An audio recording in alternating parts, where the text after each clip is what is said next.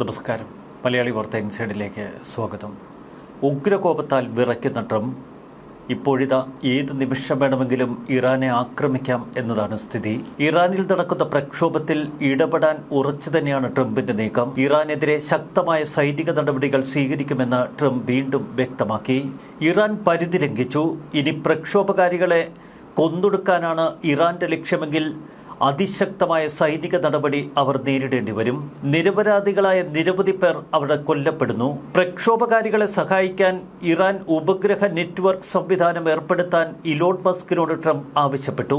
അമേരിക്കയുടെ ആക്രമണമുണ്ടായാൽ ഇസ്രായേലിനെതിരെയും US സൈനിക കേന്ദ്രങ്ങളെയും ലക്ഷ്യമിടുമെന്ന് Iran വീണ്ടും ആവർത്തിച്ചു. 1979 വിപ്ലവത്തിന് ശേഷം ഇറാൻ കണ്ട ഏറ്റവും വലിയ ജനകീയ പ്രക്ഷോഭമാണ് ഇപ്പോൾ അവിടെ നടക്കുന്നത്.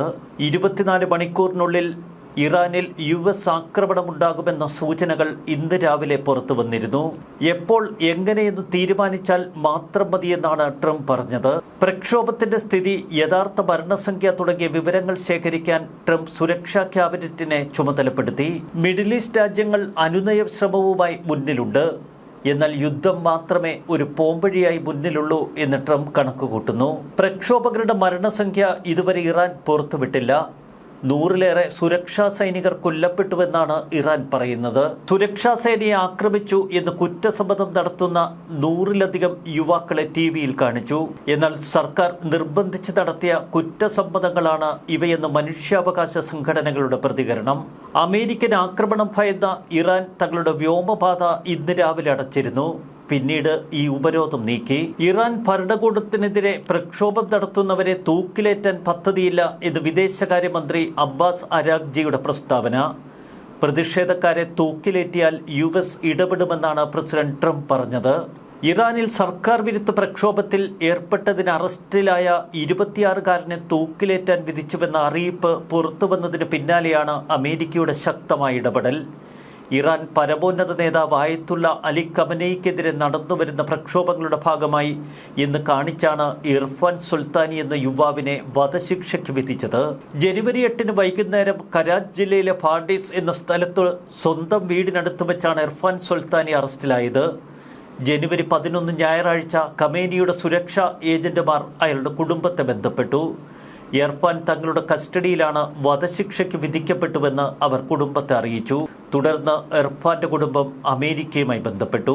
ഇർഫാന്റെ കുടുംബത്തിന്റെ നിരന്തര അഭ്യർത്ഥനകൾക്കൊടുവിൽ ഉദ്യോഗസ്ഥർ ഒരു കൂടിക്കാഴ്ചയ്ക്ക് അനുമതി നൽകി. കുടുംബാംഗങ്ങൾ 10 മിനിറ്റ് മാത്രം ഇർഫാനുമായി ഒരു കൂടിക്കാഴ്ച നടത്തി. എപ്പോൾ വേണമെങ്കിലും ഇർഫാൻ വധിക്കപ്പെടുമെന്ന ഭീതി. തുടർന്നാണ് ട്രംപിന്റെ ശക്തമായ ഇടപെടലുകൾ. ചൈനയ്ക്ക് ശേഷം ലോകത്തിൽ ഏറ്റവും കൂടുതൽ വധശിക്ഷ നടത്തുന്ന രാജ്യങ്ങളിലൊന്നാണ് ഇറാൻ. ഇപ്പോഴിതാ പ്രക്ഷോഭകാരികളെ കൂട്ടക്കുരുതിക്ക് വിധേയമാക്കുകയാണ് ഇറാന്റെ ലക്ഷ്യം. ഏതെങ്കിലും തലത്തിൽ വധശിക്ഷ നടപ്പാക്കാൻ ഇറാൻ ഒരുങ്ങിയാൽ അവർക്ക് നേരെ സമാനതകളില്ലാത്ത ആക്രമണം നടത്തുമെന്ന അമേരിക്കയുടെ ഭീഷണി. ഇത് വെറും ഭീഷണിയല്ല, ആക്രമണം തുടങ്ങാനുള്ള സമയവും തീയതിയും കുറിച്ചുകൊണ്ട് തന്നെയാണ് ട്രംപിന്റെ നീക്കം. സാമ്പത്തിക ബുദ്ധിമുട്ടുകൾ, രാഷ്ട്രീയ അസ്ഥിരത, ഇതാണ് ഇറാനിൽ പ്രക്ഷോഭം ആളിപ്പടരാനുള്ള കാരണം. പ്രതിഷേധങ്ങളെ കീഴ്പ്പെടുത്താൻ ഇറാന്റെ പൗരോഹിത്യ നേതൃത്വം പാടുപെടുന്നു. ഇവിടെ ഇന്ത്യയുടെ നിലപാട് നമ്മൾ പരിശോധിക്കണം. ഇറാനിലെ പ്രക്ഷോഭത്തിന് പിന്തുണ നൽകുകയാണ് ഇപ്പോൾ ലോകത്തിലെ ഭൂരിപക്ഷ രാജ്യങ്ങളും. പ്രത്യേകിച്ച് അമേരിക്ക മുൻനിരയിൽ നിൽക്കുമ്പോൾ ഇസ്രയേലും അമേരിക്കയുമൊക്കെ ഇറാനിൽ ഭരണമാറ്റം തന്നെയാണ് ആഗ്രഹിക്കുന്നത്. എന്നാൽ ഇറാനിലുള്ള ഈ പ്രക്ഷോഭം ഭരണമാറ്റത്തിലെത്തിയാൽ അത് ഇന്ത്യയെ സംബന്ധിച്ച് എങ്ങനെ ബാധിക്കും? അത്തരമൊരു അന്വേഷണമാണ് നമ്മൾ നടത്തേണ്ടത്. ഇറാനിലെ സംഭവങ്ങളുടെ വികാസത്തെ ഇന്ത്യ ഏറെ അസ്വസ്ഥതയോടെയാണ് ഇപ്പോൾ നോക്കിക്കാണുന്നത്. ഭൂമിശാസ്ത്രം, സന്തുലിതാവസ്ഥ എന്നിവയാൽ ആഴത്തിൽ രൂപപ്പെട്ട ചരിത്രബന്ധമാണ് ഇന്ത്യയും ടെഹ്റാനും തമ്മിലുള്ളത്. ഇന്ത്യയുടെ തന്ത്രപരമായ പ്രാദേശിക പങ്കാളിത്തമുള്ള രാജ്യമാണ് ഇറാൻ. അഫ്ഗാനിസ്ഥാനിലേക്കും മധ്യേഷ്യയിലേക്കുമുള്ള ഇന്ത്യയുടെ കരമാർഗപാതകൾ പാകിസ്ഥാൻ തടഞ്ഞു. ഇതിനെ തുടർന്ന് ഇറാൻ വളരെ കാലമായി ന്യൂഡൽഹിയുടെ ഏക പ്രായോഗിക പടിഞ്ഞാറൻ ഇടനാഴിയായി തുടരുന്നു. ഇറാനുമേൽ ശക്തമായ ഉപരോധം ഏർപ്പെടുത്തിയ അമേരിക്ക പോലും ഇന്ത്യയുടെ ഈ നീക്കങ്ങൾ തടഞ്ഞില്ല. കാരണം പാകിസ്ഥാനുമായുള്ള ശത്രുത മൂലം ഇന്ത്യയുടെ മുന്നിൽ ഇത് മാത്രമാണ് ഒരു വാണിജ്യ വഴിയായി നിൽക്കുന്നത്. എന്തുകൊണ്ടാണ് പാകിസ്ഥാനുമായി തികഞ്ഞ അകലം ഇറാൻ പാലിക്കുന്നത്? ടെഹ്റാനിലെ ഷിയ നേതൃത്വം പാകിസ്ഥാന്റെ സ്വാധീനത്തെ സമതുലിതമാക്കി ഇന്ത്യയെ ശ്രദ്ധാപൂർവം തങ്ങൾക്ക് അനുകൂലമാക്കിയെടുത്തു. പാകിസ്ഥാൻ സുന്നി ഭരണവിഭാഗത്തെ ഇറാനിലെ ഷിയ വിഭാഗം അത്രയേറെ അകറ്റി നിർത്താൻ ആഗ്രഹിക്കുന്നു. ഭൗമരാഷ്ട്രീയ രംഗത്ത് ഏറെ വെല്ലുവിളികളാണ് ഇന്ത്യ ഈ കാലഘട്ടത്തിൽ നേരിടുന്നത്. ഒരു വശത്ത് ബംഗ്ലാദേശിലെ ഭരണമാറ്റം, മറുവശത്ത് പാകിസ്ഥാനിൽ നിന്നുള്ള ഭീകരവാദ വെല്ലുവിളികൾ, ചൈനയുടെ പ്രാദേശിക വികാസം. ഡൊണാൾഡ് ട്രംപിന് കീഴിലുള്ള US നയങ്ങളും ഇന്ത്യക്ക് വലിയ വെല്ലുവിളിയാണ്. എന്നാൽ ഇതിനകം ഏറെ ദുർബലാവസ്ഥയിൽ തകരുന്ന ഒരു വ്യവസായ കേന്ദ്രമായി ഇറാൻ മാറി. ഇത് ഇന്ത്യയുടെ തന്ത്രപരമായ ഇടപെടലുകളെ പ്രതികൂലമായി ബാധിക്കുന്നു. ഇറാൻ അസ്ഥിരമാകുമ്പോൾ ന്യൂഡൽഹി പതിറ്റാണ്ടുകളായി കൈകാര്യം ചെയ്ത നയതന്ത്ര വിന്യാസങ്ങൾ, വ്യാപാരപാതകൾ, സുരക്ഷാ കണക്കുകൂട്ടലുകൾ എന്നിവയൊക്കെ വീണ്ടും കലുഷിതമാകുന്നു. പാകിസ്ഥാൻ എന്ന ശത്രു രാജ്യത്തിന് ബദലായി ഇന്ത്യ ഇറാനോട് കൂടുതൽ അടുപ്പം പുലർത്തി. അഫ്ഗാനിസ്ഥാനിലേക്കും മധ്യേഷ്യയിലേക്കുമുള്ള കരമാർഗം പ്രവേശനം പാകിസ്ഥാൻ ഇന്ത്യക്ക് നിഷേധിച്ചതിന് തൊട്ടുപിന്നാലെ പടിഞ്ഞാറേക്കുള്ള ബന്ധത്തിനുള്ള ഇന്ത്യയുടെ വിശ്വസനീയ കരമാർഗമായി ഇറാൻ ഉയർന്നു വന്നു. ഇന്ത്യൻ നയതന്ത്രത്തിൻ്റെ കാതൽ ഇറാന്റെ ചബഹാർ തുറമുഖമാണ്. പാകിസ്ഥാനെ മറികടന്ന് ഈ തുറമുഖവുമായി കര റെയിൽ ശൃംഖലകൾ വഴി ഇന്ത്യ മധ്യേഷ്യയുമായി വാണിജ്യ ഇടനാഴി സൃഷ്ടിച്ചെടുത്തു. ഇറാനിയൻ തീരത്തേക്ക് ന്യൂഡൽഹിക്ക് നേരിട്ട് പ്രവേശനം നൽകുന്നതിന് പ്രത്യേക രൂപകൽപ്പന ചെയ്ത ഒരു തുറമുഖം. ഈ കണക്ടിവിറ്റി ഇടനാഴികൾക്ക് സംസ്ഥാനങ്ങൾ തമ്മിലുള്ള രാഷ്ട്രീയ യോജിപ്പും സുരക്ഷാ ഗ്യാരണ്ടികളും ദീർഘകാല ആസൂത്രണവും അനിവാര്യമാണ്. ടെഹ്റാനിലെ ഏതൊരു ഭരണമാറ്റവും ഇന്ത്യക്ക് വലിയ വെല്ലുവിളിയായി മാറുമെന്നർത്ഥം. അതുകൊണ്ടാണ് ഖമനേയിക്ക് ശേഷമുള്ള അധികാര പോരാട്ടത്തെ ഇന്ത്യ ഭയത്തോടെ നോക്കിക്കാണുന്നത്.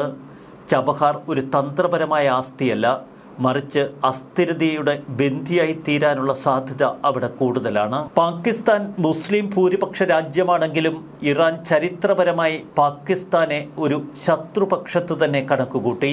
ടെഹ്റാനിലെ ഷിയ നേതൃത്വം പാകിസ്ഥാനിലെ സുന്നി തീവ്രവാദ ഗ്രൂപ്പുകളെ ശക്തമായി പലപ്പോഴും വിമർശിച്ചു. ഇന്ത്യ വിരുദ്ധ ആഖ്യാനം പ്രചരിപ്പിക്കുന്ന പാകിസ്ഥാനെതിരെ ശക്തമായ നിലപാട് പലപ്പോഴും ഇറാൻ കൈക്കൊണ്ടിരുന്നു. 1990കളിലും 2000ന്റെ തുടക്കത്തിലും പാകിസ്ഥാന്റെ പിന്തുണയുള്ള താലിബാൻ അഫ്ഗാനിസ്ഥാനിൽ തന്ത്രപരമായി ആഴത്തിലുള്ളൊരു ബന്ധം ഉറപ്പാക്കാൻ ശ്രമിച്ചിരുന്നു. എന്നാൽ ടെഹ്റാൻ നിയന്ത്രിച്ചിരുന്ന ഷിയ വിഭാഗം ഇന്ത്യക്ക് അനുകൂലമായി ആ കാലഘട്ടത്തിൽ വളരെയധികം ശ്രദ്ധേയമായ ഒരു നിലപാടെടുത്തു. ഇന്ത്യയും ഇറാനും തമ്മിലുള്ള ഒത്തുചേരലാണ് പാകിസ്ഥാന്റെ സ്വാധീനം പരിമിതപ്പെടുത്തിയത്. അഫ്ഗാനിസ്ഥാന്റെ രാഷ്ട്രീയ ഭാവിയിൽ പാകിസ്ഥാന്റെ ഇടപെടലുകൾ ഒരു കുത്തകയായി മാറാതിരുന്നതിന്റെ മുഖ്യ നയതന്ത്ര വിജയവും അതുതന്നെ. 1990കളുടെ തുടക്കത്തിൽ കാശ്മീരിന്റെ പേരിൽ ഇന്ത്യക്കെതിരെ അന്താരാഷ്ട്ര ഉപരോധങ്ങൾ ഏർപ്പെടുത്താൻ ഇസ്ലാമാബാദ് ശ്രമിച്ചപ്പോൾ ടെഹ്റാൻ ഡൽഹിയുടെ സഹായത്തിനെത്തി. അതുകൊണ്ട് തന്നെ ഇന്ത്യൻ നയതന്ത്രജ്ഞർ ഭയപ്പെടുന്നത് ഇറാൻ ആന്തരികമായി ദുർബലമായാൽ പാകിസ്ഥാന് പരോക്ഷമായ നേട്ടമുണ്ടാകുമെന്നാണ്. ഇന്ത്യ ഇറാന്റെ 8ാമത്തെ വലിയ വ്യാപാര പങ്കാളി കൂടിയാണ്. കഴിഞ്ഞ വർഷം ഏകദേശം 1.3 മുതൽ 1.7 ബില്യൺ ഡോളർ വരെ ഉഭയകക്ഷി വ്യാപാരം നടന്നു. ചബഹാറിലും അനുബന്ധ പദ്ധതികളിലുമായി ന്യൂഡൽഹി $1 ബില്യൺ നിക്ഷേപം ഇറക്കിയിട്ടുണ്ട്. US ഏർപ്പെടുത്തിയ ഉപരോധങ്ങളുടെ ഭാഗമായി ഡൽഹി ഇതിനകം തന്നെ പദ്ധതിയുടെ ഭാഗങ്ങൾ വൈകിപ്പിക്കുകയോ പുനഃക്രമീകരിക്കുകയോ ചെയ്തു കഴിഞ്ഞു.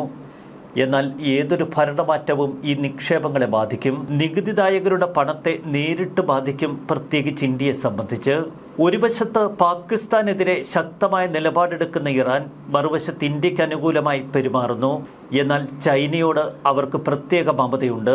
അത്തരമൊരു ഭാഗം കൂടി നമുക്ക് കാണാതെ കടന്നു പോകാൻ കഴിയില്ല. 2021 ബീജിംഗും ടെഹ്റാനും 25 വർഷത്തെ തന്ത്രപരമായ സഹകരണ കരാറിൽ ഒപ്പുവെച്ചിരുന്നു. അതിൻ്റെ സ്വാധീനം വ്യാപാര മാട്രിക്സിൽ കാണാൻ കഴിയും. 2025 ചൈന ഇറാന്റെ ഏറ്റവും വലിയ വ്യാപാര പങ്കാളിയായി വളർന്നു. $14.5 ബില്യൺ മൂല്യമുള്ള ഇറാനിയൻ സാധനങ്ങളാണ് ചൈനയിലേക്ക് ഒഴുകിയത്. ശക്തമായ പാശ്ചാത്യ ഉപരോധങ്ങൾ ഇറാൻ സമ്പദ് വ്യവസ്ഥയെ സ്തംഭനാവസ്ഥയിലാക്കി എങ്കിലും ചൈനയുമായുള്ള അവരുടെ വ്യാപാര ബന്ധം വളർത്തി. ഇറാനിൽ നിന്നുള്ള എണ്ണ ഇറക്കുമതിക്ക് ചൈന വലിയ പ്രാധാന്യം കൊടുത്തു. ടെഹ്റാന്റെ അടിസ്ഥാന സൗകര്യ വികസനങ്ങൾക്ക് ധനസഹായം നൽകുന്നതിനും ബീജിംഗ് ശ്രദ്ധിച്ചു. എന്നാൽ ഇറാനിലെ ഇന്ത്യയുടെ കടന്നുകയറ്റം, അതും പ്രത്യേകിച്ച് ചബഹാറിൽ ചൈനയുടെ കടന്നുകയറ്റത്തിന് ഒരു മിതമായ പ്രതിരോധമായി തീർന്നു. ഇവിടെയാണ് ഇന്ത്യ ഭയക്കുന്ന മറ്റൊരു തലം കൂടിയുള്ളത്. ഇറാനിൽ അരാജകത്വം തുടരുകയാണെങ്കിൽ പുതിയ ഭരണകൂടം സുരക്ഷയ്ക്കും നിക്ഷേപത്തിനും വേണ്ടി ബീജിംഗിനെ ആശ്രയിക്കും. ഇത് ഇറാൻ മേഖലയിൽ ചൈനയുടെ ആധിപത്യം വർദ്ധിപ്പിക്കുമെന്ന ഭയം ഇന്ത്യക്കുണ്ട്. ഇറാനിലെ സ്ഥിതി എങ്ങനെ വരുമെന്ന് ഉറ്റുനോക്കുകയാണ് ഇന്ത്യ. ബാഹ്യശക്തികൾക്ക് പ്രത്യാഘാതങ്ങൾ നിയന്ത്രിക്കാനോ വിശ്വസനീയമായി ഫലം രൂപപ്പെടുത്താനോ കഴിയാത്ത ഒരു ഘട്ടത്തിലെത്തി നിൽക്കുന്നു. ഇന്ത്യ കൃത്യമായി ഒരു നിശ്ചിത അകലമാണ് ഇപ്പോൾ ടെഹ്റാനോട് പാലിക്കുന്നത്. ഇറാനിലെയും അതിനടുത്ത മേഖലകളുടെയും ഒക്കെ ഇന്ത്യൻ പൗരന്മാരുടെ താൽപ്പര്യങ്ങൾ സംരക്ഷിക്കുക, അവരുടെ സുരക്ഷ ഉറപ്പാക്കുക, ഇതാണ് ഇന്ത്യയുടെ പ്രഥമ ലക്ഷ്യം. ഇറാൻ ദീർഘകാല അസ്ഥിരതയിലേക്കോ വിഘടനത്തിലേക്കോ നീങ്ങിയാൽ അതിൻ്റെ അനന്തരഫലങ്ങൾ നിയന്ത്രിക്കാൻ കഴിയില്ല. ഇത് പശ്ചിമേഷ്യ വീണ്ടും കലുഷിതമാക്കാൻ കാരണമാകും. പശ്ചിമേഷ്യയിലെ ഊർജ്ജ വിപണികൾ, ഷിപ്പിംഗ് റൂട്ടുകൾ, പ്രവാസി ദുർബലതകൾ, തീവ്രവാദത്തിൻ്റെയും ക്രിമിനൽ ശൃംഖലകളുടെയും വിശാലമായ പരിസ്ഥിതി എന്നിവയിലൊക്കെ ഇത് പെട്ടെന്ന് പടർന്നു കയറും. അതുകൊണ്ട് തന്നെ ഇന്ത്യ ഏറ്റവും തന്ത്രപരമായ ജാഗ്രതയാണ് ഇപ്പോൾ പുലർത്തുന്നത്.